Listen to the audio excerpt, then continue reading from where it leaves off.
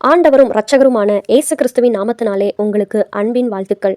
கர்த்தருக்கு பிரியமானவர்களே, ஒருவர் 5,00,000 மதிப்பிலான ஒரு நிலத்தை வாங்குகிறார் என்று வைத்துக் கொள்ளுங்கள். அவர் அந்த நிலத்தை வாங்குவதற்கு அடையாளமாக 50,000 முன்பணமாக கொடுத்து அந்த ஒப்பந்தத்திற்குரிய மீதி தொகையை 3 மாதங்களில் செலுத்துவதாக கையெழுத்து போட்டு விடுகிறார்.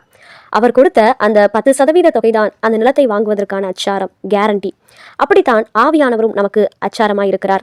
எபேசியர் 1 வசனத்தில் அவருக்கு சொந்தமானவர்கள் அவருடைய மகிமைக்கு புகழ்ச்சியாக மீட்கப்படுவார்கள் என்பதற்கு ஆவியானவர் நம்முடைய சுதந்திரத்தின் அச்சாரமாய் இருக்கிறார்.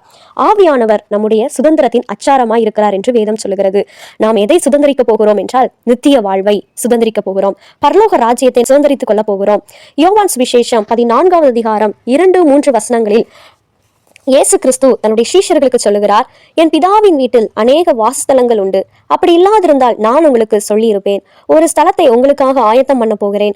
நான் போய் உங்களுக்காக ஸ்தலத்தை ஆயத்தம் பண்ணின பின்பு நான் இருக்கிற இடத்திலே நீங்களும் இருக்கும்படி நான் மறுபடியும் வந்து உங்களை என்னிடத்தில் சேர்த்துக் கொள்வேன். யோவான் 16 வசனத்தில் நான் உங்களுக்கு உண்மையை சொல்லுகிறேன். நான் போகிறது உங்களுக்கு பிரயோஜனமாய் இருக்கும். நான் போகாதிருந்தால் தேற்றரவாளன் உங்களிடத்தில் வரார். நான் போவேனையாகில் அவரை உங்களிடத்திற்கு அனுப்புவேன்.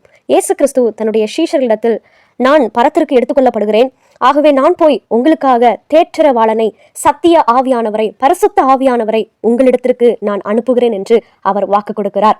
ஆகவே நீங்களும் நானும் அந்த பரமஸ்தலத்தை, நித்திய ஸ்தலத்தை, தேவனுடைய ராஜ்யத்தை சுதந்திரித்துக் கொள்ளும்படிக்கு இயேசு கிறிஸ்து முன்பதாக பரிசுத்த ஆவியானவரை நமக்கு அச்சாரமாய் கொடுத்திருக்கிறார். பரிசுத்த ஆவியானவரை நமக்கு கேரண்டியாய் கொடுத்திருக்கிறார். ஆகவே தேவ பிள்ளைகளே, நாம் அந்த பரம ராஜ்யத்தை சுதந்திரித்துக் கொள்ள ஆயத்தப்படுவோம். நாம் மாத்திரமல்ல, நம்மளுடைய குடும்பத்தார், உற்றார் உறவினர்கள், நம்முடைய சமுதாயத்தையும் அந்த பரம ராஜ்யத்தை சுதந்திரித்துக் கொள்வதற்கு நேராக அவர்களையும் நாம் ஆயத்தப்படுத்துவோம், ஆதாயப்படுத்துவோம். கர்த்தர் தாமே உங்களை ஆசீர்வதிப்பாராக.